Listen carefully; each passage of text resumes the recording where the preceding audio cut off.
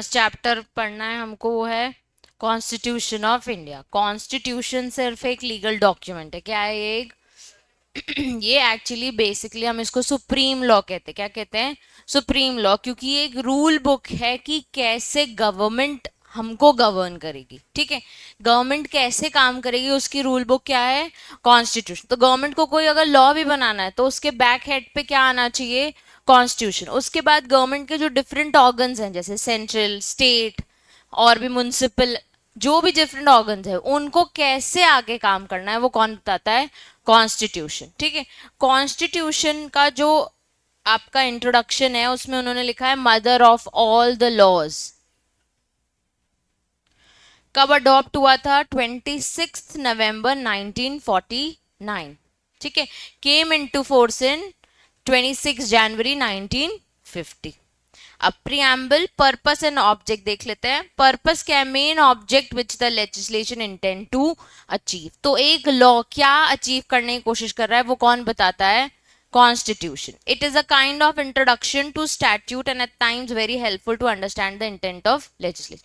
कोई भी लॉ का आपको अगर पर्पस समझना है तो पीछे उसके समझ जाओ कि उसका पर्पस कहाँ से आया है, उसका इंटेंशन कहाँ से आया है? कॉन्स्टिट्यूशन से। मतलब सारे राइट्स को लेके ही हमने लॉ बनाया है, तो वो राइट्स कहाँ से डिफाइंड है? कॉन्स्टिट्यूशन। आपके फंडामेंटल राइट्स। सबने एक बार कभी ना कभी कॉन्स्टिट्यूशन तो पढ़ा ही होगा। ठीक है, अब सुप्रीम कोर्ट एक बेरूबेरी केस में बोला कि प्रियम्बल टू कॉन्स्टिट्यूशन की to understand the mind of the law maker. ठीक है, तो अगर आपको ये जानना है कि क्या सोच रख के उसने लॉ बनाया होगा, तो उसने कॉन्स्टिट्यूशन के थ्रू ही एक नया लॉ क्रिएट किया होगा। अब मेन प्रियम्बल क्या कहता है कॉन्स्टिट्यूशन का? We the people of India solemnly resolves, word याद करना है मेरे साथ, सोवरिन, सोशलिस्ट, सेक्युलर, डेमोक्रेटिक और रिपब्लिक। ठीक है, एक बार फिर से बोल देते हैं कि क्या बताना चाहता है? Sovereign, socialist, secular, democratic and Republic. इनका मतलब क्या होता है? सोवरेन मतलब इंडिपेंडेंट होता है। ठीक है, सोशलिस्ट यानी फेयर रहना होता है। उसके बाद सेक्युलर यानी कोई रिलीजन नहीं है, हम सब कैसे ट्रीटेड रहेंगे? Equally same. डेमोक्रेटिक यानी हम ही इलेक्ट करते हैं और अमंग अस ही हम किसी को इलेक्ट करते हैं। रिपब्लिक यानी even the president of India भी इलेक्ट होता है, वो अलग से कहीं से कोई पैदा नहीं हो जाता है। ठीक है, तो हम किसी राजा को नहीं बोल देते हैं कि वो प्रेसिडेंट है, हम among the people he president भी सिलेक्ट करते हैं। कौन कौन से वर्ड बताए? सोवरेन यानी इंडिपेंडेंट, सोशलिस्ट यानी फेयर, सेक्युलर यानी नो ऑफिशियल रिलीजन, और फिर डेमोक्रेटिक यानी आपस में अमंग द पीपल इलेक्ट होता है, और फिर रिपब्लिक यानी even president is being elected. To secure all its citizen justice, social, economic and political. ठीक है, उसके बाद उन्होंने एक वर्ड याद दिला दिया, liberty of thought, expression, believe in, faith and worship. तो हमारा कॉन्स्टिट्यूशन कैसा होना चाहिए? हमारा कॉन्स्टिट्यूशन होना चाहिए कि हमारे कॉन्स्टिट्यूशन में लिबर्टी होनी चाहिए, हमारे कॉन्स्टिट्यूशन में जस्टिस होना चाहिए, हमारे कॉन्स्टिट्यूशन में इक्वालिटी होनी चाहिए। ठीक है, equality of status, opportunity and to promote them all. और एक और वर्ड याद कर लो, फ्रटर्निटी। किसी एक पर्सन की इंटेग्रिटी और डिग्निटी भी हम मेंटेन करके चलते हैं। ठीक है, चलो, मीनिंग ऑफ इंपॉर्टेंट टर्मिनोलॉजी उन्होंने नीचे आपको मीनिंग बता दिया। सोवरेन के आगे मार्क कर लो, India is no more dependent outside authority, India is now independent. ठीक है, सोशलिस्ट मतलब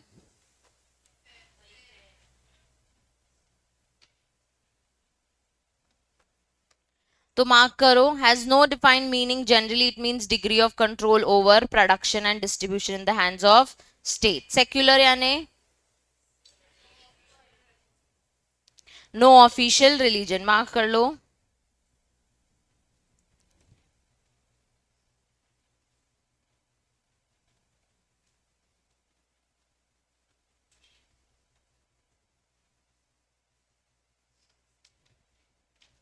उसके बाद डेमोक्रेटिक, बात करो, government has derived is authority will of the people. और रिपब्लिक यानी जो हेड है अपना Republic state has elected head of the state who will govern for a specific period of time and will be elected by us means the position of president. इतना सबको याद हो गया? चलो आप बताओ, is the preamble part of constitution और not? Yes. अब ये आपको क्वेश्चन आ जाएगा, ठीक है, तो आपको कुछ केसेस के साथ इसको डिफाइन करना पड़ेगा। The question whether preamble is the part of constitution और not has been discussed in following cases. कितने केसेस दिए हैं बच्चे? 3। पहला क्या है? बेरूबरी केस, फिर केशवानंद भारतीय और union of India versus LIC. पहले नाम याद रखते हैं, पहला कौन सा है? बेरूबरी केस, फिर केशवानंद भारतीय और union of India versus LIC. Berubari case में देखो, Supreme Court held no doubt preamble is the key to open the mind makers. Preamble show general purpose of drafting several provision in constitution but nevertheless preamble is not the part of constitution। तो पहले वाले case में क्या बोल दिया? Not a part. तो supreme court ने बोल दिया कि हाँ भाई, सुप्रीम कोर्ट तो लॉ वॉ बनाता है, ठीक है, इंटेंशन बता देता है, लेकिन प्रियम्बल तो उसका पार्ट है नहीं।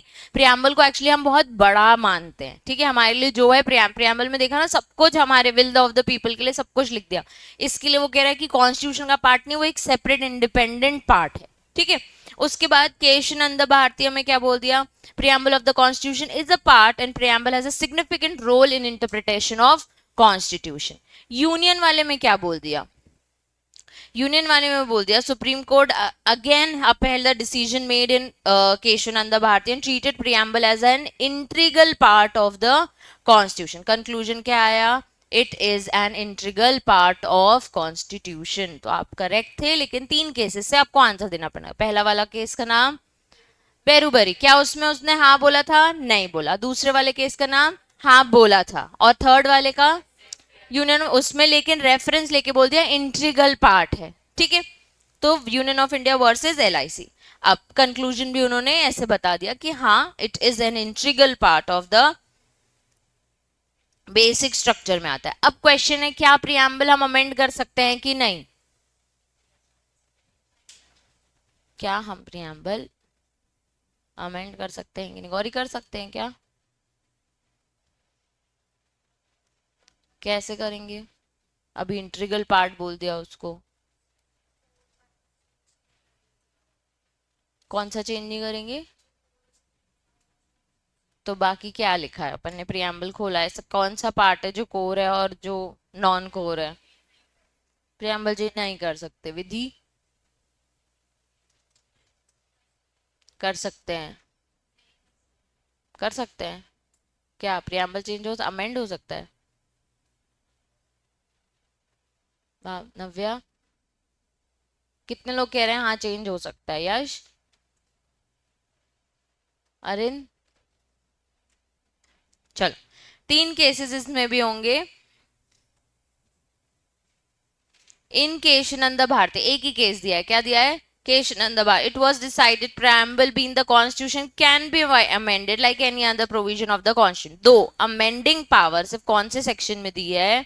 368 is limited in case of constitution. एक हम आर्टिकल देखेंगे, आर्टिकल 368 जो अभी डैश लिखा हुआ है, ठीक है, मतलब वो सेंट्रल की पार है, लेकिन अभी हमने वहां पे कुछ इंक्लूड किया नहीं है, ठीक है।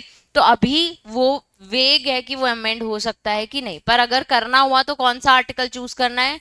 360। The preamble contains the basic elements of fundamental feature of constitutional amending power cannot be used to destroy this basic features. तो अगर आप 368 यूज भी करते हो तो उसके बेसिक फीचर्स, मतलब वो सोशलिस्ट वाला इक्वालिटी, जस्टिस और लिबर्टी, ये 4 चीजें तो आप चेंज नहीं कर सकते। Therefore, preamble being the part of constitution can be amended, but subject to that condition, the basic features cannot be removed। ठीक है, तो अनुकृति ने सही बोला था कि कोर फीचर उसके चेंज नहीं हो सकते, बाकी सब चेंज हो सकता है। क्लियर है सबको? कौन से केस में बताया? केशवानंद भारतीय। अब स्ट्रक्चर, 2 तरीके का स्ट्रक्चर होता है, एक यूनिटरी होता है और एक यूनिटरी मतलब सिंगल गवर्नमेंट कर रही है। देखो, फेडरल में उन्होंने बोल दिया 2 टायर गवर्नमेंट होती है, clear vision of pass between central and state. हम यूनिटरी हैं कि फेडरल है? हम मिक्स है, ठीक है, क्योंकि हमने बहुत जगह सेंट्रल को भी पार दी हुई है ना। उसके बाद both of them work independently and do not interfere in other spheres the country in like USA federal structure. Unitary मतलब क्या हो गया, centralised in one government that is central government. तो यूके में कौन सी पावर चलती है, कौन सा कॉन्स्टिट्यूशन है, यूनिटरी. अब स्ट्रक्चर में वो आपसे ऐसे देखो उन्होंने दिया हुआ है, फेडरल में कौन कौन से हैं पढ़ो. डुअल अथॉरिटी नाम से ही समझ आ रहा है. दूसरा वाला सुप्रीमेसी ऑफ कॉन्स्टिट्यूशन. तीसरा वाला इंडिपेंडेंस ऑफ जुडिशरी. फिर ब्रिटेन एंड रिजिड. यूनिटरी में सिंगल सिटीजनशिप, उसके बाद इमरजेंसी पावर, उसके बाद और रेसिड्यूरी पावर जो अभी तक कहीं मेंशन नहीं है. और इनका कॉन्स्टिट्यूशन कैसा है, सिंगल कॉन्स्टिट्यूशन. एक बार फिर से फेडरल में क्या क्या हेडिंग्स है बच्चे, डुअल अथॉरिटी, सुपरमेसी कॉन्स्टिट्यूशन की रहती है, जुडिशरी इंडिपेंडेंट है अपने यहाँ, और फिर रिटन और रिजिड कॉन्स्टिट्यूशन है. अब यूनिटरी में क्या है, सिंगल सिटीजनशिप है, उसके बाद इमरजेंसी पावर और स्ट्रॉन्ग सेंटर, फिर रेसिडेंसी. और क्या हमारे पास भी सिंगल सिटीजनशिप है कि डुअल सिटीजनशिप है, डुअल कैसे है, तुम्हारे पास एमपी की अलग सिटीजन और इंडिया की अलग सिटीजनशिप है क्या, सिंगल. तो हम दोनों पावर्स में कवर होते हैं. पहले उन्होंने फेडरल और यूनिटरी आपको समझाया है, उसके बाद कंक्लूजन में वो बताएंगे, ठीक है. अब डुअल अथॉरिटी में लिख दिया है two part, central government, centre और स्टेट. डिस्ट्रीब्यूशन ऑफ पावर में अपन ने पढ़ा यूनियन लिस्ट, स्टेट लिस्ट और कॉन्करेंट लिस्ट. यूनियन लिस्ट यानी only union government can make law, state list में ओनली स्टेट गवर्नमेंट, और कॉन्करेंट में जहां दोनों बनाते हैं. उसके बाद supremacy of constitution, legislature, executive, judiciary. कहाँ है, किसके सबऑर्डिनेट है ये लोग, सब कॉन्स्टिट्यूशन के सबऑर्डिनेट है. तो हम फेडरल में सबसे ऊपर सुप्रीम क्या है, कॉन्स्टिट्यूशन. इंडिपेंडेंस ऑफ जुडिशरी, हमने जुडिशरी को एब्सोल्यूट इंडिपेंडेंट दिया, does not depend on the parliament and executive. कभी कभी जजेस भी नया लॉ लेके आते हैं, क्या वेट करते हैं क्या पार्लियामेंट इसको पास करेगा फिर अप्रूव, नहीं, जजमेंट से भी न्यू लॉ आ जाते हैं. जो इंपॉर्टेंट फीचर है फेडरलिज्म का वो है रिटन और रिजिड कॉन्स्टिट्यूशन. अमेंडमेंट बहुत ज्यादा रिजिड है, डिफिकल्ट हो जाता है, तो हमारा कॉन्स्टिट्यूशन भी बहुत इजीली अमेंड नहीं हो सकता, ठीक है. उसके बाद यूनिटरी में single citizenship only granted Indian citizen, no separate state citizenship. All citizens of India, irrespective of the state in which they are born or reside, enjoy same rights all over the country. आप कहीं से किसी भी state में आओ, जो country के rights है वो आपके राइट्स हैं. लेकिन यूएस, स्विट्जरलैंड और ऑस्ट्रेलिया में डुअल सिटीजनशिप चलती है, मतलब national as well as state citizenship, ठीक है. उनकी कंट्री का भी चलता है और जिस स्टेट में वो रहते हैं वहां का भी चलता है. इमरजेंसी पावर्स, इसमें इमरजेंसी पावर्स का टोटल कंट्रोल किसके पास है, अपने अभी अगर इमरजेंसी की जरूरत होती है तो किसके पास पावर है, सेंट्रल के पास. उसके बाद स्ट्रॉन्ग सेंटर, इन्होंने बोल दिया है कि जो भी इनका सेंटर है, union list contain more subject than state. अपने आप पे भी यही है, स्टेट्स को कम लॉ दिया है हमने और सेंट्रल को ज्यादा दिया है. More important subjects are being included in the union. will of the central shall prevail of the state in contradiction of अपने अभी स्टेट जो बोले और सेंट्रल कौन जीतेगा, central. Residuary has left with the power of union. ये residuary power जो आज तक डिफाइंड ही नहीं है, ठीक है. इसका मतलब है जैसे अपन रेसिड्यूरी पेनाल्टी पढ़ते हैं, जिसकी कोई पेनाल्टी नहीं उसकी कौन सी पेनाल्टी, रेसिड्यूरी. वैसे रेसिड्यूरी पावर जो अभी तक हमको जरूरत नहीं पड़ी है, वहां हमने डैश करके लिख दिया है, उसको हमने नाम दिया है रेसिड्यूरी. कि कल को अगर जरूरत पड़ी कुछ नया लाने के लिए तो हम किसको देंगे, सेंट्रल गवर्नमेंट को, ठीक है. मतलब अगर कल को कोई भी कॉन्फ्लिक्ट हुआ, कोई भी दिक्कत आई कि ये चीज सेंट्रल डिसाइड करेगी कि स्टेट, तो हमने रेसिड्यूरी पावर में सेंट्रल का नाम लिख दिया है कि यूनियन लिस्ट में ही जाएगा ये. उसके बाद last single constitution. Federal state usually states have right to frame their own constitution and separate from that centre, but in India no such power has been given to state. Conclusion क्या है, Constitution is neither purely federal, neither purely unitary. It is a combination of both. Important mark करो.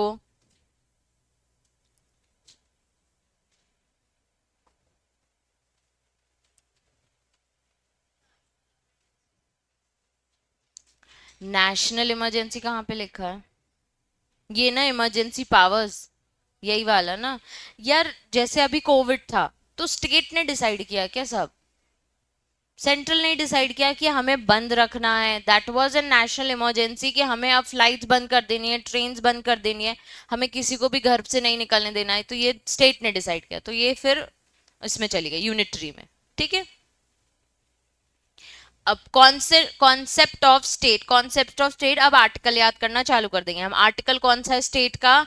12। ठीक है। Article 12 of the constitution में आया concept of state. इसमें बोल दिया कि as fundamental rights which are guaranteed to the citizen by constitution of India can be enforced against state. State यानी आपका Indian government, the complete central government हो गया उसको, या आपके कंट्री को वो कह रहे हैं। तो अगर आपको किसी से भी प्रॉब्लम है, स्टेट यानी आपकी लोकल अथॉरिटी, स्टेट यानी आपका स्टेट गवर्नमेंट, स्टेट यानी आपका सेंट्रल गवर्नमेंट, सब कुछ कवर हो गया। इसमें अगर फंडामेंटल राइट्स आपके अफेक्ट करेंगे तो आप इनके अगेंस्ट जाओगे, किसी एक इंडिविजुअल प्राइवेट पर्सन के अगेंस्ट नहीं। ठीक है। It means the state responsibility to ensure that citizen of India enjoy fundamental right. ठीक है। अपन ऐसे, पता नहीं आप लोगों को याद है कि नहीं, जैसे कोई भी केस हो, this versus state of Andhra Pradesh, state of Madhya Pradesh, मतलब हम कहीं ना कहीं फंडामेंटल राइट्स को लेके फाइट कर रहे हैं। आर्टिकल 12 स्टेट इंक्लूड्स क्या क्या आ गया? सबसे पहले गवर्नमेंट एंड पार्लियामेंट, दूसरा वाला government and legislature of state each state, उसके बाद थर्ड वाला क्या लिखा है? All local and other authorities जो विद इन द टेरिटरी है under the control of the government. तो सब कुछ म्यूनिसिपैलिटी से लेकर ऊपर सेंट्रल गवर्नमेंट तक सब कुछ इन्होंने कौन से आर्टिकल में कवर किया? 12 में। The words under the control of government cover not only every authority with in the territory of India but also functioning outside if they are under the control of government of India. Interpretation, अब local authority में उन्होंने बता दिया, पढ़ो जल्दी जल्दी क्या लिखा है? म्यूनिसिपैलिटीज, दूसरा वाला डिस्ट्रिक्ट बोर्ड, फिर पंचायत, उसके बाद इम्प्रूवमेंट ट्रस्ट, पोर्ट ट्रस्ट और माइनिंग सेटलमेंट बोर्ड्स। ठीक है। ये सारी अथॉरिटीज। अदर अथॉरिटीज में क्या क्या दे दिया उन्होंने? Created by the constitutional statutes whom power are confirmed by law and it is not necessary the authority should engage in performing government functions। जैसे कौन कौन? इनकम टैक्स डिपार्टमेंट, यूनिवर्सिटीज और electricity board. नहीं लिखा है क्या महक तुम्हारे में? नहीं लिखा है क्या तुम्हारे में? कहाँ कंफ्यूज हो गई? बता रही हूँ। ठीक है। तो तीन कौन कौन से हो गए? Income tax department, university and, अब गवर्नमेंट ने दो तीन ट्रस्ट और सोसाइटीज क्रिएट किए हुए हैं। तो एक इम्प्रूवमेंट ट्रस्ट, जहां जहां हमको कहीं कहीं बेटरमेंट ऑफ द सोसाइटी के लिए कुछ चाहिए तो उसको नाम दे दिया उन्होंने इम्प्रूव। पोर्ट ट्रस्ट यानी शिपमेंट वाले ट्रस्ट। ठीक है। अब कौन इंक्लूड नहीं होता है अदर अथॉरिटीज में? कौन से नहीं होते हैं? स्टॉक एक्सचेंज, क्योंकि वो independent of government control and not discharging any public duty. और जुडिशरी भी एक इंडिपेंडेंट है, only when discharging judicial function it will not be treated as state, whereas while carrying out non judicial it will be treated as courts. Both board of control for cricket and India, ये भी इसमें cover नहीं होता है। ठीक है। ये हमको पता है। उसके बाद test whether a particular corporation be treated as state, important mark करो। एक केस दिया हुआ है अजय हसाए वर्सेस खालिद मुजिब। अरिंद रीड करना, क्या क्या रिक्वायरमेंट्स हैं to be treated as state?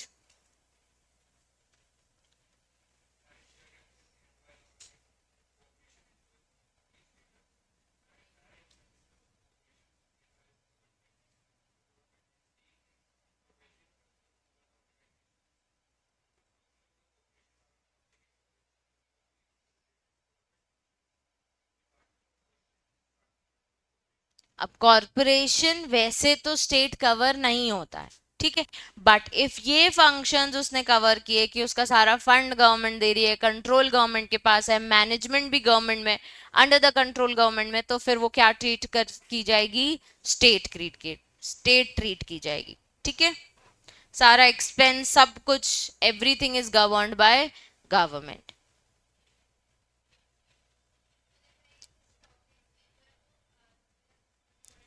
Other authorities में नहीं है, गवर्न्ड बाय गवर्नमेंट है, लेकिन उसको गवर्नमेंट नहीं बोल सकते हम। It is a public body, it is a public body, but तुम्हारा खुद का इंस्टीट्यूट प्राइवेट है कि गवर्नमेंट है? पर इट इज एसोसिएटेड, मतलब पार्लियामेंट ने बनाया है हमारा इंस्टीट्यूट, तो हम अथॉरिटी नहीं बोलेंगे उसको। ये तुम्हें पता है ना कि वो प्राइवेट है। उसको जो सर्टिफिकेट मिलता है तुमको, वो डिग्री है क्या?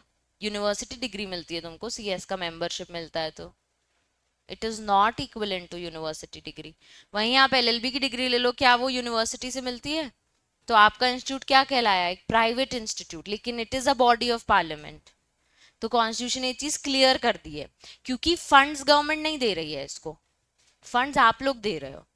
इसलिए तो इसीलिए उन्होंने बोल दिया एक कॉरपोरेशन को जब भी कोई पैसा चाहिए, अगर वो गवर्नमेंट से आता है तो फिर it is the government body. अगर उसको गवर्न, हमारे यहाँ इंस्टीट्यूट को हम ही लोग गवर्न कर रहे हैं, मतलब हम जब बड़े हो जाएंगे और हमें अगर वहां पे किसी डायरेक्टर बनना है, सीईओ बनना है, या हमारे यहाँ का चेयरमैन बनना है, तो हम ही लोगों में से ही बनते हैं, गवर्नमेंट आके नहीं बैठती है वहां पे। हमने देख, इलेक्शंस होते हैं अभी, सीएस के इलेक्शंस हुए हैं, तो अपन ही लोग खड़े होते हैं इलेक्शंस में, कोई और नहीं आता है थर्ड पार्टी। हाँ, अपन ही बनते हैं, अपन ही वोट देते हैं, सब अपने हाथ में है। ठीक है। हाँ, तो इसीलिए उसको गवर्नमेंट अथॉरिटी नहीं होगा। Same goes with SEBI. ठीक है, स्टॉक एक्सचेंज, जो बॉम्बे स्टॉक एक्सचेंज और नेशनल स्टॉक एक्सचेंज की बात हो रही है ये। सेबी तो गवर्निंग अथॉरिटी एक्ट है प्रॉपर, जो उसके अंदर है स्टॉक एक्सचेंज, एनएससी और बीएससी, वो गवर्नमेंट नहीं है, वो तो बस प्ले करते हैं हमारे शेयर्स के गवर्न करने के लिए, और कुछ नहीं। ठीक है। जैसे ये एक और एग्जाम्पल दिया उन्होंने, board of control of cricket, ये भी प्राइवेट है। ठीक है। चलो, अब आ गए हम फंडामेंटल राइट्स में। तो आर्टिकल कौन सा पढ़ा बच्चे हमने? 12। अब एक बार ये रीड करो, क्लासिफिकेशन ऑफ फंडामेंटल राइट में पहला वाला, fundamental rights available against state और not against private individual.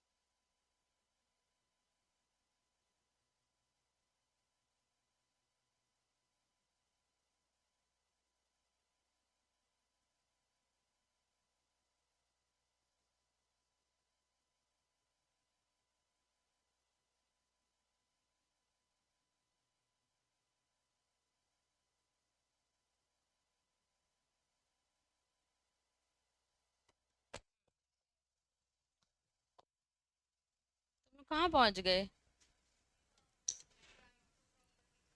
Okay. चलो, सबसे पहले फंडामेंटल राइट्स उन्होंने आर्टिकल कहाँ से दिया? 12 to 35। तो 12 to 35 अपन सारे फंडामेंटल राइट्स देखेंगे, जो पार्ट 3 ऑफ कॉन्स्टिट्यूशन में। पहला रहा फंडामेंटल राइट क्या है? तो ऐसा नहीं है कि ये, इसमें बहुत सारे पॉइंटर्स आएंगे इक्वालिटी के अंदर भी। ठीक है। दूसरा वाला क्या है? राइट टू, उसके बाद एक्सप्लॉयटेशन, उसके बाद तुमको पता है ना, तुमको ये सारे राइट्स हैं।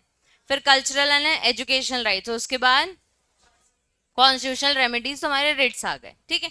अब अभी मैंने पढ़ा है फंडामेंटल राइट क्या अवेलेबल अगेंस्ट स्टेट है कि नॉट इन मतलब सिंगल इंडिविजुअल, तो किसके अगेंस्ट है ये? स्टेट। अपन ने ऊपर ही देखा कि हम स्टेट के अगेंस्ट खेलते हैं, इंडिविजुअल के अगेंस्ट नहीं खेलते। अब fundamental rights are available to individual against state, it means enforceable against state only, it is the responsibility of the state to respect and guarantee the fundamental right given to an individual. अब हम पहला article कौन सा देख रहे हैं? 13। 12 क्या था? स्टेट। 13 में कह रहे हैं state of states that any law shall be void to the extent, जिसमें हमने एक्सक्लूड क्या कर दिया?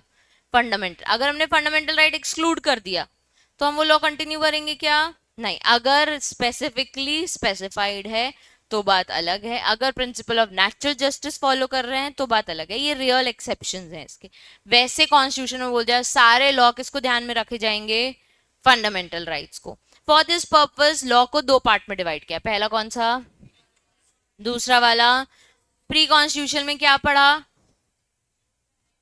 जो लॉ, जो ऐसा कुछ जो कॉन्स्टिट्यूशन के पहले था और ऐसा कुछ जो कॉन्स्टिट्यूशन बनने के बाद है। जो प्री है उसमें हमने बोल दिया इनकंसिस्टेंसी थी with the fundamental right, and अब वो क्या बन गए? Void to the extent that जितनी इनकंसिस्टेंसी, जैसे कि अगर फ्रीडम ऑफ इक्वालिटी पहले नहीं था, ठीक है, तो अगर वो कहते थे कि मेन इधर रहेंगे वुमेन इधर रहेंगे तो ये इनकंसिस्टेंटी होगी, तो इसको हमने क्या कर दिया? वॉइड डिक्लेयर कर दिया। और पोस्ट कॉन्स्टिट्यूशन हमने क्या बना दिया? इक्वालिटी वाला पार्ट। ठीक है।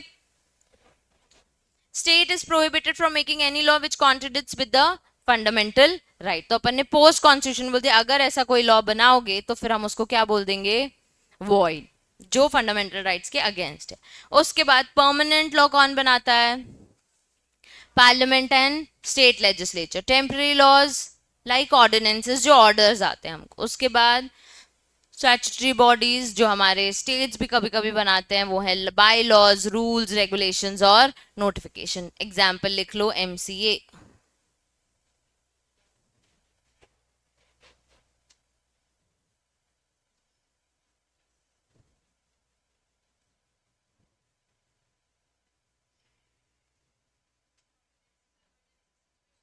नहीं, ऐसे भी बनते हैं कंपनी लॉ में, जैसे उनको कुछ रहेगा तो वो दे देंगे ऑर्डिनेंस।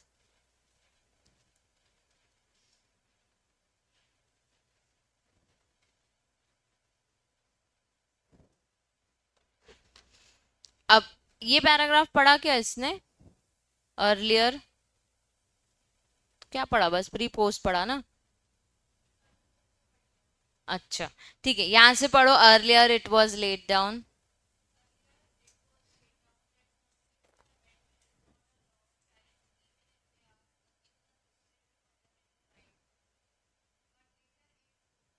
गोकलनाथ केस।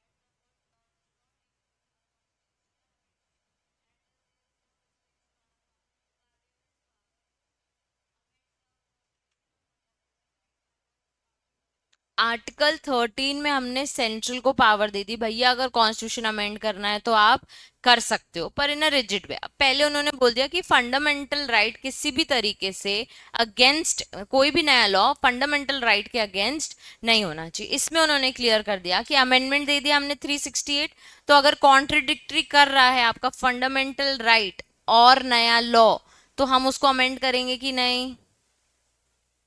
अब हम कर सकते हैं क्योंकि 368 सुप्रीम पावर दे रहा है। ठीक है, तो एक फंडामेंटल राइट भी हमको चेंज करना पड़ा तो हम 368 के थ्रू कर सकते हैं चेंज। अब जैसे अपन ने एक एग्जाम्पल पढ़ा था बच्चे, बाइगमी का, ठीक है, वैसे ही एक आप, अच्छा चलो ऐसे समझो, एक आदमी, ठीक है, मैरिड है और वो दूसरी मैरिड वुमेन के साथ अफेयर चला रहा है, ठीक है, पनिश हम किसको करते हैं? मैरिड मैन को करते थे, नॉट नाउ। ठीक है, तो हम करते थे, क्या हम वुमेन को पनिश करते थे क्या? नहीं, तो ये इक्वालिटी है। नहीं है, बोथ वेज इक्वालिटी होनी चाहिए, तो दिस इज नॉट इक्वालिटी। अब उन्होंने इसको इक्वालिटी, क्योंकि हमें वुमेन को तो ज्यादा राइट्स देने हैं, इसको इक्वालिटी करने के चक्कर में क्या क्या, इसको ऑफेंस नहीं बोला। कि अगर if a man has an affair, married man has an affair with a married women, तो बोथ वेज दोनों ही धोखा दे रहे हैं ना, मैरिड वुमेन अपने हस्बैंड को दे रही है, मैरिड मैन अपने वाइफ को दे रहा है। तो हमने ये ऑफेंस बोलते थे from a man side, women side को हम कुछ नहीं बोलते थे, चिल करो, ठीक है। अब हमने इसको बोल दिया कि आप इसको ऑफेंस नहीं बोलोगे, आप इसको ऑफेंस नहीं बोलोगे, आप इसको डिवोर्स के लिए एक पॉइंट यूज कर सकते हो, पर इसको ऑफेंस हम नहीं, इसकी अलग से कोई पनिशमेंट नहीं होगी। डिवोर्स में आप इसको अपने डिफेंस में लेके आओ तो हमको चलेगा, हमको कोई प्रॉब्लम नहीं है, ठीक है। तो अब ये जो इक्वालिटी उन्होंने चेंज की, तो ये फंडामेंटल राइट को कॉन्ट्रडिक्ट भी करे या नहीं करे, हमने इसको अमेंडमेंट करने के लिए अलाउ कर दिया है, ठीक है। अब डॉक्ट्रिन टू इंटरप्रेट आर्टिकल 13, अब आर्टिकल 13 को हम और डीप में पढ़ते हैं। आर्टिकल 13 रिव्यू करता है number of cases of the courts have evolved during like doctrine, eclipse बनाया, severability, prospective overruling, acquiescence et cetera. For interpreting हमको 3 डॉक्ट्रिन पढ़ना है। पहला कौन सा है? सेवरेबिलिटी, दूसरा वाला एक्लिप्स, और तीसरा वाला वेवर। अब सेवरेबिलिटी, अगर वो पार्ट खराब है, उसको सेपरेट हो सकता है, तो उसको क्या करना है हमें? सेपरेट। एक्लिप्स मतलब जो हमें पहले जरूरत नहीं लगती थी, आज हमें अगर वो जरूरत लगती, एक्लिप्स में क्या होता है? छुपा देता है वो सूरज को या चांद को, ठीक है, बेसिकली वो ढक देता है उसको, ग्रहण, ठीक है।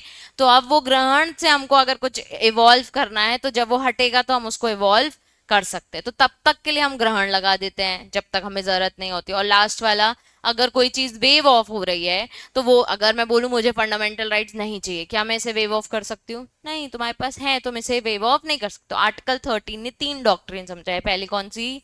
सेवरेबिलिटी, दूसरी वाली एक्लिप्स, और तीसरी वाली वेवर। चलो लीशा, सेवरेबिलिटी पढ़ना।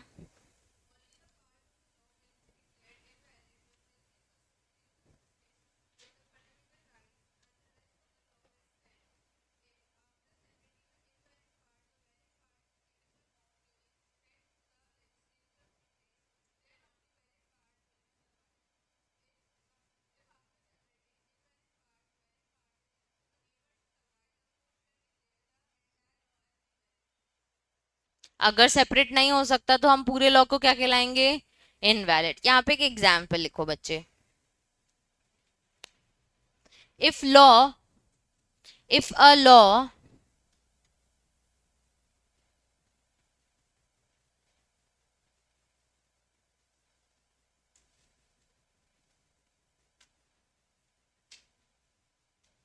allows free speech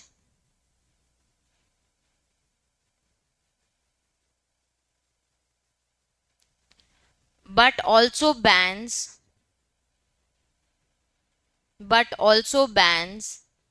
criticism of government,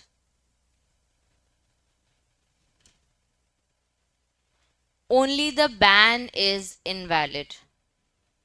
Only ban is invalid.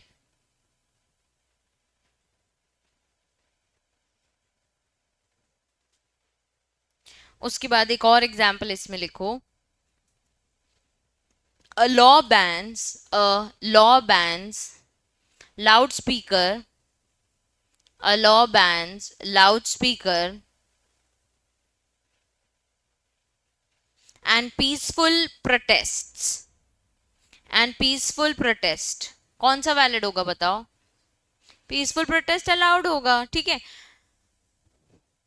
The court strikes down the ban on peaceful protest. The court strikes down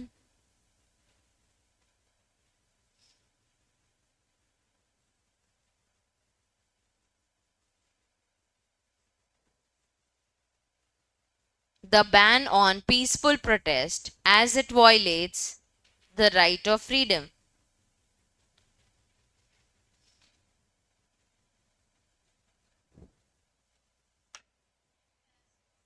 As it violates the right of freedom.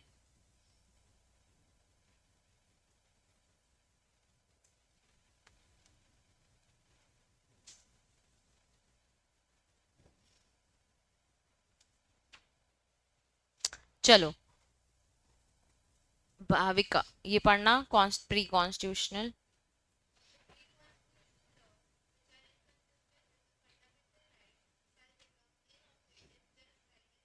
अभी रुक जाना, अभी pre constitution हमने जब देखा कि यार हमको ये इनकंसिस्टेंट है फंडामेंटल राइट से, जैसे इक्वालिटी वाला, तो हमने उस पे क्या लगा दिया, एक्लिप्स लगा दिया, तो वो अब क्या हो गए, इनऑपरेटिव। लेकिन लेकिन अब हमें अगर उनकी जरूरत पड़ेगी तो हम उसे क्या कर देंगे, एक्लिप्स से रिमूव कर देंगे। तो अगर हमें इनइक्वालिटी की जरूरत पड़ रही है तो हम उसे क्या करेंगे, वहां से रिमूव। जैसे कि प्री कॉन्स्टिट्यूशनल के पहले जब इनइक्वालिटी अगर हम कंसिडर करें तो वुमेन को नाइट शिफ्ट करना अलाउड नहीं था। क्यों?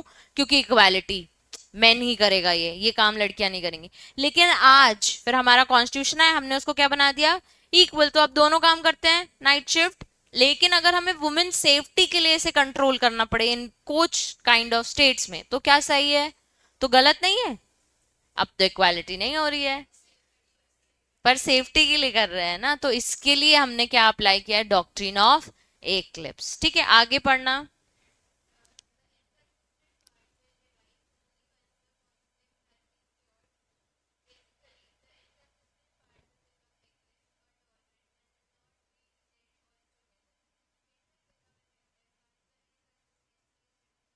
हम उसको अब इफेक्टिव बना रहे हैं, क्योंकि अब इनकंसिस्टेंसी हम क्या कर रहे हैं, रिमूव। एग्जाम्पल लिखो,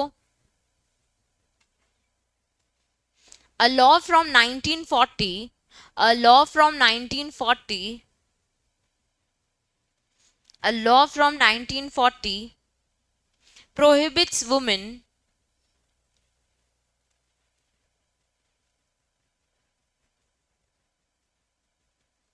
prohibits women for working night shifts, prohibits women for working night shift. After constitution, comma, after constitution, comma, this law becomes inactive, this law becomes inactive, bracket में लिखना eclipsed, ग्रहण लग गया उस लॉ में, ठीक है, ब्रैकेट में लिखना eclipsed, as it violates the right of equality, right to equality, as it violates the right to equality.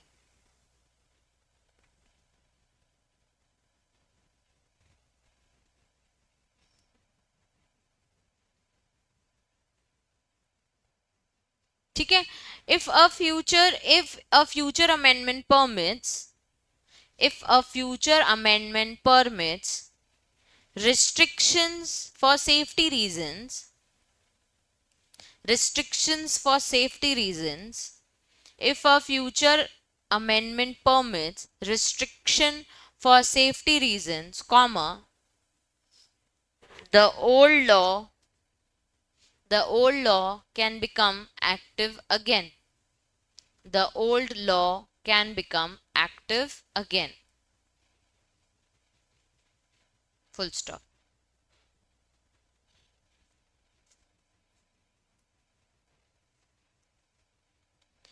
Doctrine of waiver में लिख लो, citizens can, citizens cannot, citizens cannot give up fundamental rights. Doctrine of waiver में लिखो, citizens cannot give up fundamental rights.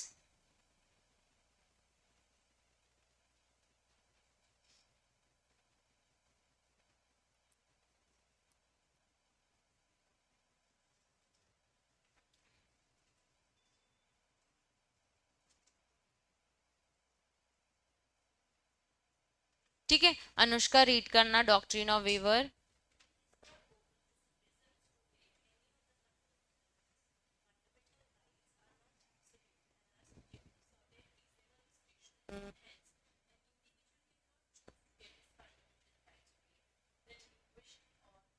मुझे नहीं चाहिए fundamental right, ऐसे बोल सकते हैं क्या, रख लो तुम अपने पास, ये ऑप्शन ही नहीं दिया है उन्होंने।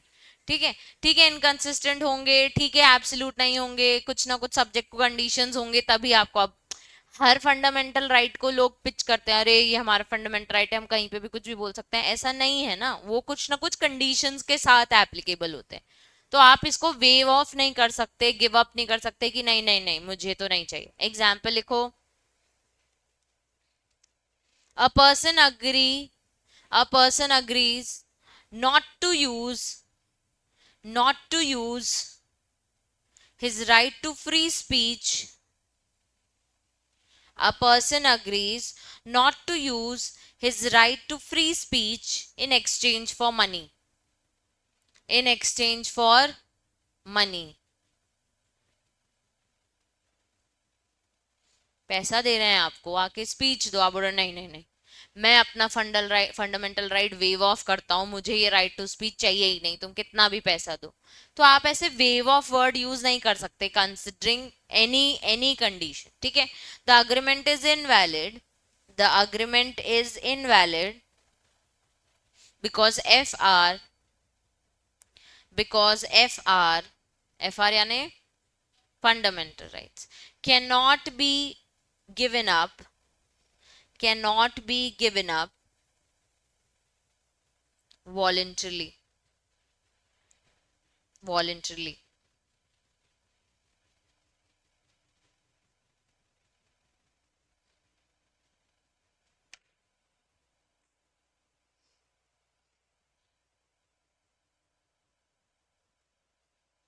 ठीक है। राइट टू इक्वालिटी कौन सा आर्टिकल अब स्टार्ट हो रहा है? 14 टू 18। 12 क्या था? 13 क्या था? लॉ। ठीक है, अब हम देख रहे हैं 14 से 18 कौन से आते हैं? Right to equality. 14 क्या है? Equality before law and equal protection. 15 क्या है? Prohibition on grounds of religion and etcetera. फिर 16 क्या है? Equality of opportunity in public employment. और 17 क्या है? अछूत की बीमारियां हटवानी है उनको। उसके बाद टाइटल्स भी उनको अबॉलिश करने हैं, ठीक है, कि ऐसे किसी को आप टाइटल नहीं दे सकते। अब पहले वाले में दो चीजें, इक्वालिटी बिफोर लॉ और इक्वल प्रोटेक्शन ऑफ लॉ, ठीक है, दो बात कर रहा है। 15 वाला आपको समझ आ गया भैया, रिलीजन के दम पे हम किसी को किसी चीज के लिए प्रोहिबिट नहीं कर सकते, कि जिसको जो रिलीजन अडॉप्ट करना है आप करो, हमने कहीं पे भी आपको कंट्रोल नहीं किया है। अब पब्लिक एम्प्लॉयमेंट में भी, प्राइवेट में नहीं है बच्चे, पब्लिक एम्प्लॉयमेंट में बोल रहा है इक्वल अपॉर्चुनिटी। लोग प्राइवेट में भी बोलते हैं अरे इक्वल अपॉर्चुनिटी, नहीं, पब्लिक में उन्होंने बता दिया, लेकिन एक्सेप्शन है ST SC और इन सब के लिए उन्होंने क्लियर कर दिया है। उसका भी एक रीजन है, भले हम बीइंग जनरल इसको पोक करते हैं, इसको क्वेश्चन करते हैं, बट नहीं, उनको देने का भी एक प्योर रीजन है, तो फेयर है वो भी। और उसके बाद अबॉलिशन ऑफ अनटचेबिलिटी, और उसके बाद अबॉलिशन ऑफ टाइटल्स, ठीक है। अब पहला वाला पढ़ते हैं, equality before law and equal protection of law, article 14। Yash read करना आर्टिकल 14।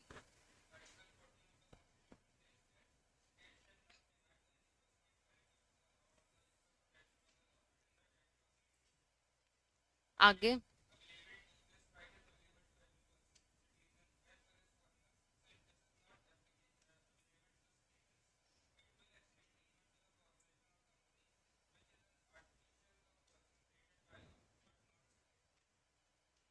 अब एक हम पॉइंट देख रहे हैं, इक्वालिटी बिफोर लॉ किस किस को मिल रहा है? ये इंडियन सिटीजन्स को, फॉरेनर्स को, कॉरपोरेशंस को और कंपनी को भी। किस किस को मिल रहा है ये? फॉरेनर्स, कॉरपोरेशंस, कंपनीज, ठीक है। उसके बाद दो चीज कवर कर रहा है ये वाला आर्टिकल, इक्वालिटी बिफोर लॉ और इक्वल। तो first expression equality before law को इंग्लिश ओरिजिन से आया, और इक्वल प्रोटेक्शन ऑफ लॉ कहां से आया है? अमेरिकन ओरिजिन से। दो both these terms seems like alike but that they have a different meaning. अब इक्वालिटी ऑफ बिफोर लॉ अब पढ़ना अरिंद।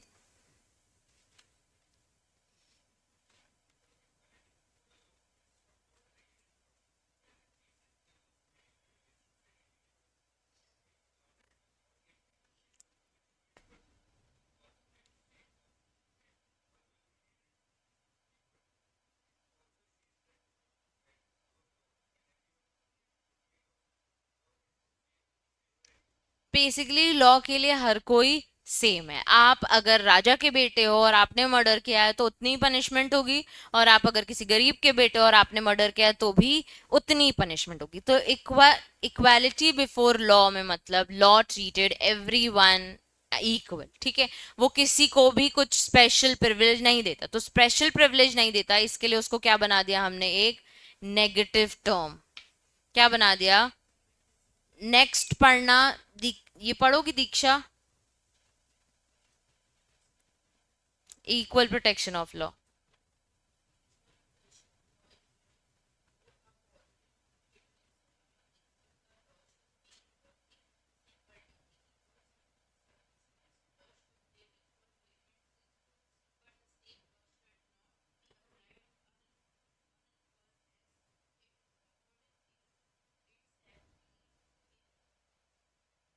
इनइक्वालिटी। चलो पहला एग्जाम्पल संस्कृति रीड करना।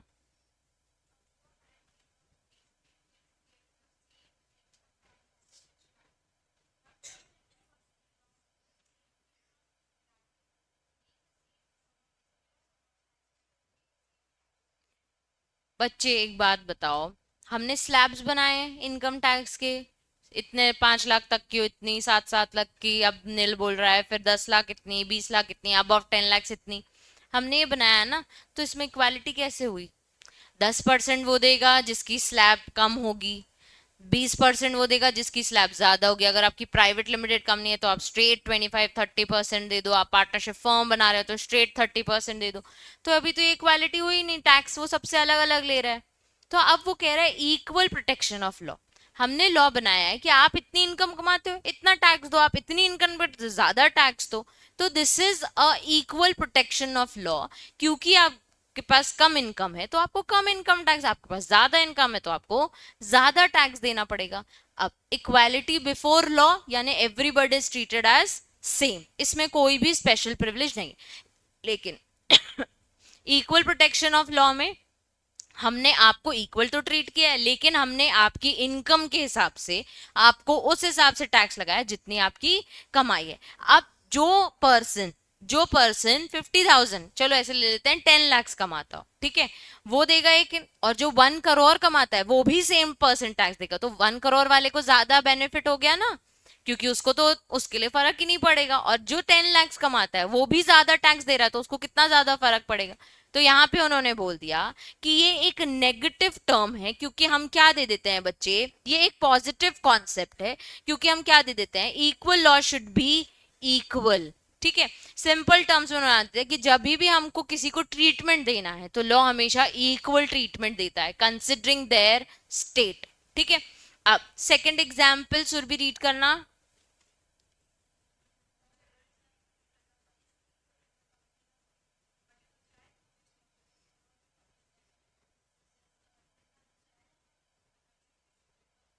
ठीक है, तो 18 साल से ऊपर और 11 साल, दो लोगों में फर्क है ना, सोच में फर्क है, मेच्योरिटी में फर्क है। तो 18 साल वाले को पनिशमेंट ऑफ मर्डर हो सकती है, लेकिन 11 वाले को हम रिहैब भेजते हैं, ठीक है, क्योंकि वो दोनों इक्वल नहीं है। तो लॉ आपको भी इक्वल, जितना 1 करोड़ कमाओगे 1 करोड़ कमाओगे सेम टैक्स, 10 लाख कमाओगे 10 लाख कमाओगे सेम टैक्स, इस तरीके से इक्वालिटी आपको देता है। लेजिस्लेटिव क्लासिफिकेशन में उन्होंने, the court have permitted classification various decisions. पहला वाला केस क्या है, राम कृष्ण दालमिया जस्टिस वर्सेस, नहीं, दालमिया वर्सेस जस्टिस तेंदुलकर, ठीक है। Article 14 prohibits class legislation but does not prohibit classifications. Anukriti पढ़ना।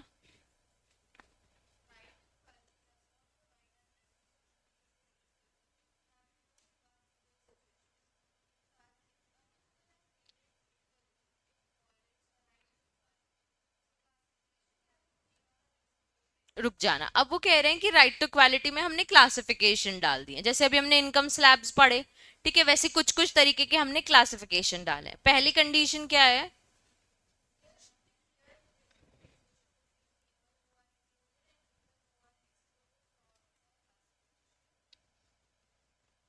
हाँ आगे।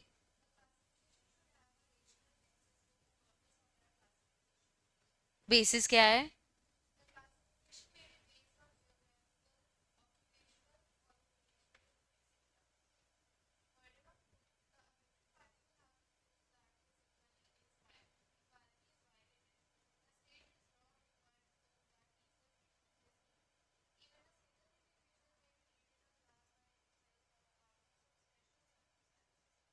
जब वो पढ़ती तो मुझे क्यों देखते हो, स्क्रीन में या बुक में तो देखो कि क्या पढ़ रही है वो। अब बच्चे ये कह रहे हैं कि हमने क्लासिफिकेशन में डाल दिया। क्लासिफिकेशन हमने क्या किसी के रिलीजन से क्लासिफाई किया है क्या, किसी के एज, हाँ एज से तो किया है, ठीक है। क्या किसी की कास्ट से, किसी के कलर से हमने क्लासिफाई किया है क्या, नहीं। कास्ट से कहाँ किया है क्लासिफाई, पर वो तो हमने ट्रीट ही अलग किया है ना बच्चे। कास्ट मतलब मैं हिंदू मुस्लिम वो वाली कास्ट की बात कर रही हूँ, ठीक है। अब बच्चे ये लोग कह रहे हैं कि हम कभी कभी, इसका आगे केस लॉ आएगा, हम कभी कभी किसी के ज्योग्राफिकल एरिया से उसको अलग ट्रीट करेंगे, जैसे स्टैम्प ड्यूटीज है, हाँ हाँ, जैसे हिल एरियाज में जैसे stamp duty, it's a kind of tax, ठीक है। अब मध्य प्रदेश में कंपनी बनाओगे तो बहुत ज्यादा स्टैम्प ड्यूटी, वही चीज दिल्ली में बनाओगे तो बहुत कम है, ठीक है। तो अगर मुंबई में बनाओगे तो 1010 रुपए स्टैम्प ड्यूटी है, ठीक है। लेकिन यहाँ पे बनाओगे मध्य प्रदेश में 7550 है, ठीक है। द पॉइंट इज कि उनको चाहिए जहां पे ज्यादा कंपनीज, जहां पे ज्यादा इंडस्ट्रीज, ज्यादा स्कोप, वहां पे वो कंपनीज की स्टैम्प ड्यूटी कम लगा रहे हैं। जहां कम इंडस्ट्रीज, कम स्कोप, वहां पे वो स्टैम्प ड्यूटी क्या ज्यादा लगा रहे हैं। अब उन्होंने ये जोग्राफिकल क्लासिफिकेशन कर दिया है। ऑक्यूपेशन क्लासिफिकेशन भी आता है कई बार, क्वालिफिकेशन आपकी पढ़ाई के हिसाब से भी क्लासिफिकेशन आता है। ये कब होता है, अब आप सीएसओ डॉक्टर का काम कर सकते हो क्या, तो क्वालिफिकेशन का आपका आ जाएगा। अब एक कंपनी ने जॉब डिस्क्रिप्शन निकाला है for the audit work, audit audit audit करके उसने बहुत सारा जॉब, क्या आप कर सकते हो, ओनली सेक्रेटरियल ऑडिट कर सकते हो क्या, फाइनेंशियल ऑडिट कर सकते हो क्या, नहीं कर सकते। तो आपका क्वालिफिकेशन उसके लिए फिट बैठता है। तो हमने अगर ऐसा डिस्क्रिमिनेशन किया या इक्वल ट्रीट नहीं किया तो आपको चलेगा, हाँ चलेगा। तो हमने बोल दिया कि इक्वालिटी बिफोर लॉ में क्लासिफिकेशन अलाउड है। बेसिस ऑफ क्लासिफिकेशन या तो जोग्राफिकल, आपका ऑक्यूपेशन, आपका क्वालिफिकेशन, ऐसे वाले क्वालिफिकेशंस चलते हैं। अब पब्लिक एम्प्लॉयमेंट में ले लो, ठीक है। रेलवे के लिए उन्होंने नौकरी निकाली है, तो कोई और ऑर्डिनरी पर्सन जा सकता है क्या जो ट्रेंड ही नहीं है इस चीज के लिए, नहीं। अगर प्रेसिडेंट के साथ उन्होंने कोई नौकरी निकाली है कि उसके साथ कौन, तो आईएएस वाली क्वालिफिकेशन होनी चाहिए ना, हम जाके बन सकते हैं क्या उसके असिस्टेंट, नहीं बन सकते। तो वो क्वालिफिकेशंस मैंडेटरी हैं। जब हम लॉ पढ़ते हैं तो हम बहुत सारे एक्ट्स में पढ़ते हैं एपेलेट ट्रिब्यूनल में कौन सा जज बैठेगा, not below the rank of high court, not below the rank of this kind of जज, मैजिस्ट्रेट नहीं होना चाहिए। तो वो सारी क्वालिफिकेशंस के हिसाब से क्लासिफिकेशन किया है, तो उनको कोई प्रॉब्लम नहीं है, ठीक है। ये उन्होंने क्लियर कर दिया कि हाँ हमने इक्वालिटी रखी है, लेकिन हम कंडीशन बेसिक इक्वालिटी है। कंडीशन ये है कि बेसिस ऑफ योर क्लासिफिकेशन हम आपको डिफरेंट ट्रीट कर सकते हैं, ठीक है। अब article 15, prohibition of discrimination on grounds of religion, Navya पढ़ना।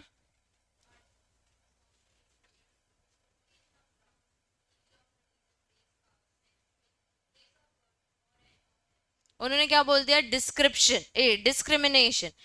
अगर इनको इन तरीके से आपने अगर उसको किसी को भी डिस्क्रिमिनेट किया तो आपके पास कौन सा फंडामेंटल राइट है, आर्टिकल 15। आर्टिकल 15 में इन डिस्क्रिमिनेशन को क्या कर रखा है, प्रोहिबिट, ठीक है।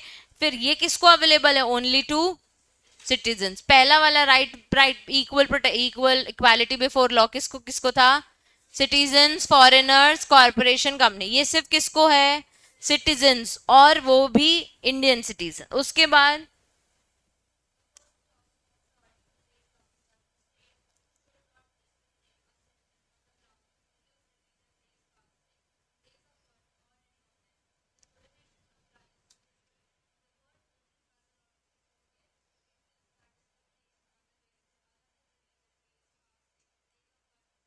इज नॉट प्रोहिबिटेड, मतलब प्रोहिबिशन सिर्फ किस किस के डिस्क्रिमिनेशन में है, अगर आपने रिलीजन में किया, रेस में किया, कास्ट में किया, सेक्स में किया, प्लेस ऑफ बर्थ, और एनी ऑफ देम का एक इंपॉर्टेंट है कि सिर्फ इनमें से ही, और इसके अलावा आपको कोई और डिस्क्रिप्शन करना है, लंबे बाल छोटे बाल तो अलाउड है, हाँ अलाउड है, इसमें हमने कोई प्रोहिबिशन नहीं रखा है, ठीक है।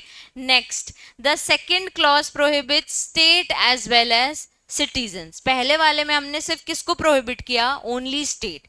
दूसरे वाले में हमने किसको प्रोहिबिट कर दिया, सिटीजन्स को भी। अब जैसे डिस्क्रिमिनेशन किसके लिए हो रहा है, एक्सेस टू शॉप सिर्फ यही लोग आएंगे, सिर्फ मेल में को दे देंगे हम, पब्लिक रेस्टोरेंट सिर्फ मेल खोलेंगे, hotels and places of public entertainment सिर्फ मेल खोलेंगे, ऐसा डिस्क्रिप्शन अलाउड है क्या? नहीं, ये प्रोहिबिटेड है, कंप्लीटली बैंड, ठीक है। Use of well tanks, bathing ghats, road, places, public resort maintained wholly और partially out of state funds और dedicated to use of general public, इसमें ना सिटीजन आपको डिस्क्रिमिनेट कर सकता है ना ही स्टेट। उसके बाद third clause empower to make special provision for protection of women and children. अब थर्ड किसके लिए हो गया स्पेशल प्रोविजन, किस किस को दिया, औरतों को और बच्चों को, मेल मेंबर को कोई प्रोटेक्शन नहीं। फोर्थ वाला, fourth clause permits special provision for advancement of socially or educated backward classes, scheduled castes and scheduled tribes. तो special protection for these people, ST SC वालों को भी दे दिया। चलो first point, essential element of article 15। सबसे पहले state को prohibit कर दिया हमने कि भैया डिस्क्रिमिनेशन अलाउड नहीं, only in against of religion, race, caste, sex, place of birth और एनी ऑफ देम। उसके बाद सेकंड वाले में हमने किसको प्रोहिबिट कर दिया, state as well as citizen. इसमें ये याद रखना है आपको कि शॉप, पब्लिक घाट्स और ये सारी चीजें आपको याद करनी है, और ऐसा कुछ जो पार्शियली किसके फंड से चल रहा हो, गवर्नमेंट के। उसके बाद थर्ड में हमने स्पेशल प्रोविजन किसके लिए दिए हैं, protection of women and children. फिर लास्ट वाला socially educated backward classes, ST और एससी, शेड्यूल कास्ट और शेड्यूल ट्राइब्स। चलो एक बहुत अच्छा केस है, मेडिकल कॉलेज और इंदौर वाला, कौन पढ़ेगा? दिशा।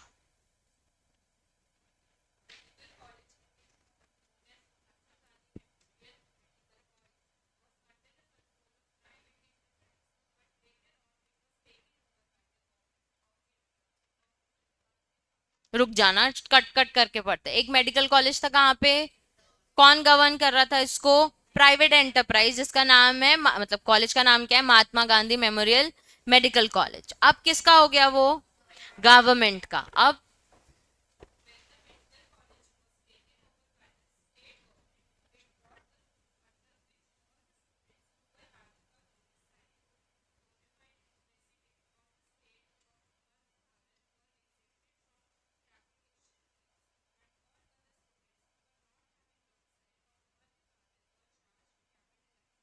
अभी रुक जाना, अभी उन्होंने क्या स्कीम निकाली, जो भी मध्य प्रदेश के लोग होंगे, ठीक है, डोमिसाइल होंगे मतलब हमारे इधर के, उनको हम क्या दे देंगे, एक्सेप्शन दे देंगे, क्योंकि कैप्टिव फीस ले रहे थे वो, एक एक्स्ट्रा फीस, एडिशनल फीस, वो हम उनसे नहीं लेंगे। अब बताओ आर्टिकल 15 का प्रोहिबिशन है कि नहीं है?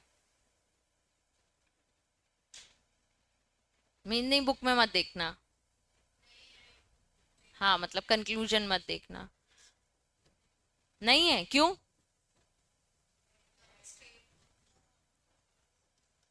भैया अगर स्टेट ऑफ गुजरात से आएगा तो पूरे पैसे देगा, और मध्य प्रदेश के आएगा तो आधे पैसे देगा। कहाँ की इक्वालिटी है ये? प्लेस ऑफ बर्थ कहाँ लिखा है लेकिन? नहीं तो वही तो कह रही हूँ, तो इक्वालिटी है कि नहीं है? प्रोहिबिशन 15 क्या है आर्टिकल, आप डिस्क्रिमिनेट नहीं कर सकते, तो आप तो कर रहे हो, क्लासिफाई कर सकते हैं। और कुल मिला के कोई नहीं कह रहा कि आर्टिकल 15 का प्रोहिबिट कोई भी मतलब वायलेशन हो रहा है। इसमें है ना प्लेस ऑफ बर्थ, तो फिर नहीं आया समझ में? देखो, अगर कोई पर्सन ऐसे बोल लेते हैं, अगर कोई पर्सन मुंबई का है और अगर कोई पर्सन अहमदाबाद का है, ठीक है, अब इनको अगर हमें नौकरी देनी है तो हमने बोल दिया आप अहमदाबाद के पैदाइश हो, आपको हम नौकरी देंगे हमारे यहाँ, आप महाराष्ट्र के पैदाइश हो, आपको नहीं देंगे। क्या ये डिस्क्रिमिनेशन करना सही है? नहीं, ऐसा बहुत बार होता है। हम पुणे जॉब के लिए गए, ठीक है, और उन्होंने देखा कि place of birth Jabalpur MP, ठीक है, फिर यहीं देखा place of birth Pune Maharashtra, ठीक है, किसको प्रेफरेंस दे देता है वो, पुणे महाराष्ट्र को। तो ये डिस्क्रिमिनेशन करना सही है? नहीं सही है। अब कॉलेज का एडमिशन हो रहा है, ठीक है, कॉलेज का एडमिशन हो रहा है, अच्छा प्लेस ऑफ बर्थ नहीं लिखा है उसमें वैसे, पर अगर जनरली मैं बोल रही हूँ मध्य प्रदेश, हाँ आ जाओ आ जाओ, फीस कम लगेगी, गुजरात आ जाओ बहुत ज्यादा फीस लगेगी। ये करना सही है कि गलत? गलत है। अब केस के हिसाब से देखते हैं। केस में उन्होंने बोल दिया है, वर्डिंग्स देखना, बोनाफाइड, प्लेस ऑफ बर्थ लिखा है क्या, प्लेस ऑफ बर्थ लिखा है क्या, क्या लिखा है, बोनाफाइड रेसिडेंट, रेसिडेंट के लिए हम क्या बोलते हैं, 180 डेज रहा हो, है ना, यही बोलते हैं ना। तो बोनाफाइड रेसिडेंट ऑफ, तो हमने आपको ये नहीं बोला आप गुजरात से आए हो तो हम आपको फीस है, आप गुजरात से आओ, रहो थोड़ी देर इंदौर में, घूमो इंदौर थोड़ा, फिर हम देते हैं आपको कैप्टिव फी प्राइस, एग्जेम्प्ट करते हैं ना हम आपकी फी। रीजन क्या होगा इसका, उनको यहाँ का एजुकेशन सिस्टम और यहाँ के लोगों को ज्यादा प्रायोरिटी देनी है, प्लस इन्होंने कोई भी डिस्क्रिमिनेशन नहीं किया, प्लेस ऑफ बर्थ नहीं लिखा है, क्या लिखा है, बोनाफाइड रेसिडेंट, डोमिसाइल हो, बहुत टाइम से रह रहे हैं सर इंदौर में, दे दो, हाँ दे देंगे, कोई दिक्कत नहीं है, कहीं के भी हो आप, समझ आया। अब देखो, the writ is filed in the Supreme Court of India against the above mentioned rule of Madhya Pradesh. Madhya Bharat government claim that rule is violative of right to equality. Decision: court held place of birth and place of resident are two different and distinct things. Deals with discrimination of only place of birth. अपन ने ये पढ़ा, मैंने example भी दिया, लंबे बालों छोटे बालों सबको हम अलाउ कर देंगे, हमने ये वाला नहीं, हमने ओनली ओनली एंड ओनली वो ही 4-5 शब्द के लिए ही डिस्क्रिप्शन को प्रोहिबिट किया। तो अगर प्लेस ऑफ रेसिडेंट है तो क्या वो वायलेटिव है, नहीं। The court further held that rule was also not violative as 14, जो सुरभि ने बोला, because the classification was just and reasonable because it was based on ground of which primary duty of the state, that is to encourage the education within the geographical foundations या boundaries। अब समझ आया सबको। Next case, Yusuf Abdul Aziz versus state of Bombay. Anushka read करना।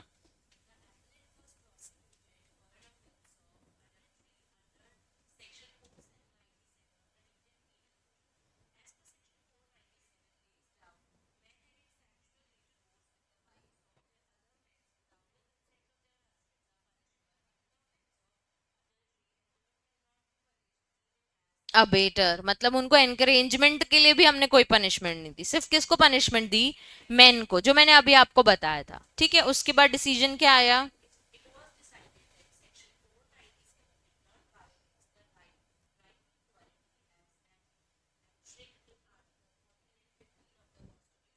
किसको हमने special protection दी थी, women and children. तो अगर हमने यहाँ पे सिर्फ मेन को लाइबल ठहराया है तो हमने राइट टू इक्वालिटी बिल्कुल अफेक्ट नहीं किया है, क्योंकि हमने लिख दिया है स्पेशल ये प्रिविलेज किसको मिलेगा, वुमेन और, लेकिन अब हमने अडल्ट्री को अबॉलिश कर दिया है, ऐसा कोई ऑफेंस नहीं होता है।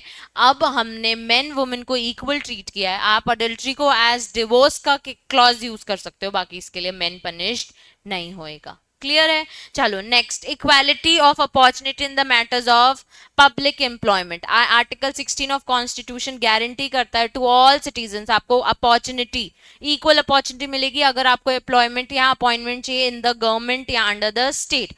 Therefore, all citizens should be treated equally for the purpose of opportunity of employment in the state of or government office। ठीक है, citizens should not be discriminated on the grounds of religion, race, caste, descent and place of birth. और अब इसमें किसको दे दिया इसने, resident include कर दिया, for the purpose of employment in the government और स्टेट ऑफिसेज।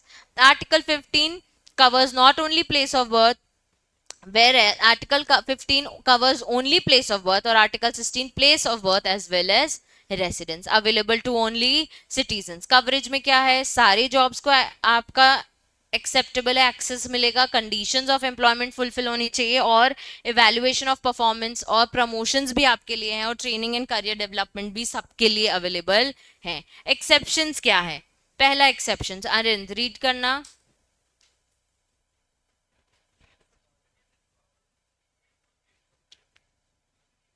ओनली किसके पास पावर है, ओनली पार्लियामेंट के पास, अगर उसको रेसिडेंस के हिसाब से अगर डिस्क्रिमिनेट करना है तो वो कर सकता है। फिर स्टेट, तो ये उन्होंने कॉन्स्टिट्यूशन में लिख दिया कि हम पहले कुछ सीट्स रिजर्व करके रखेंगे बैकवर्ड क्लासेस के लिए, उसके बाद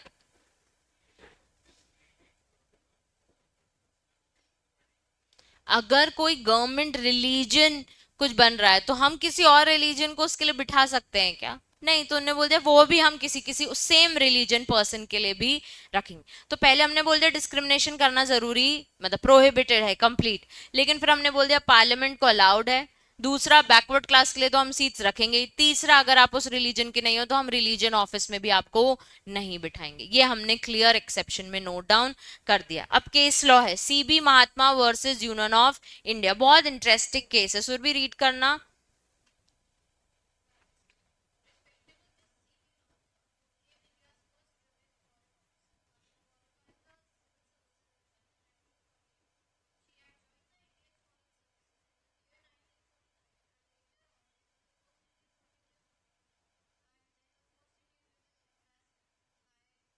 एक बंदी थी जो फॉरेन ऑफिसर सिविल सर्विसेज को पूरे क्वालिफाई कर चुकी थी, ठीक है। अब उसने बाद उसने फॉरेन सर्विस आईएफएस भी ज्वाइन किया। उसके बाद she was the first women जो diplomat and then the first Indian women जो एम्बेसडर एंड हाई कमिश्नर बन गई। उसके बाद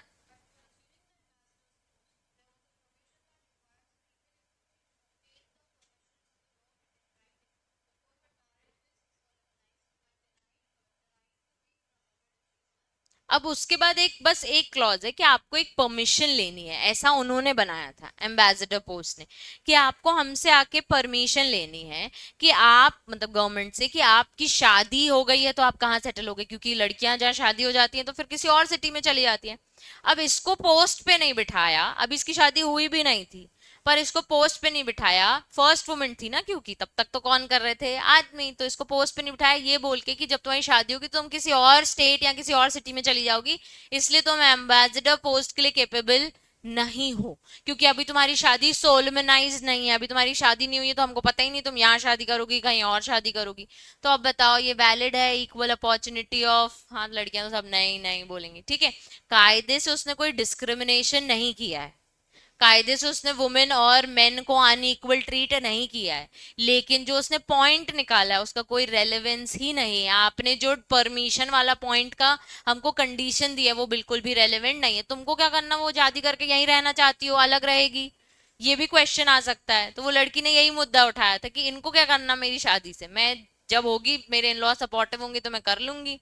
तो अभी से ये चीज डिसाइड आप मेरी शादी को लेके नहीं कर सकते। कंक्लूजन ये आया, सच अ ground was held to be discriminatory to the women, hence unconstitutional. However, it does not mean men and women are equal in all type of occupation, though unreasonable differentiation is not permitted. तो जो भी उसने point उठाया, जो भी उसने condition लगाई थी, उसको हमने क्या बोल दिया, बहुत ही अनरीजनेबल है, ठीक है। अब 17 और 18 पढ़ लेते हैं, फिर राइट टू फ्रीडम कल से पढ़ेंगे। अब अबॉलिशन में उन्होंने बस बोल दिया कि अगर आपने अनटचेबिलिटी किया है तो it is a punishable offence. Title में उन्होंने बोल दिया कि it is a prohibition rather than a fundamental right. आप किसी को भी, अच्छा, British government used to give titles to person who showed loyalty to them. Many person may made Sir, Raj Bahadur, Raj Sahib, Knight, etc. These titles made these people superior to the others, thus had affected the continuing inequality. तो किसी को भी ये राज और ऐसे सब titles आपको देने की जरूरत नहीं है। India is an independent India now. State cannot give titles to any person. Military and academic titles can be given, जैसे lieutenant, major. Citizens to India shall not accept title, place of profit, foreign states without consent of president. ठीक है, तो आपको कोई भी title देना allowed नहीं है। यहाँ तक एक बार रीड करके आना, कॉन्स्टिट्यूशन का जो ये नोट्स वाला ये भी थोड़ा सा लेंदी है। फिर राइट टू इक्वालिटी तक पढ़ के आना, फिर राइट टू फ्रीडम कल पढ़ेंगे।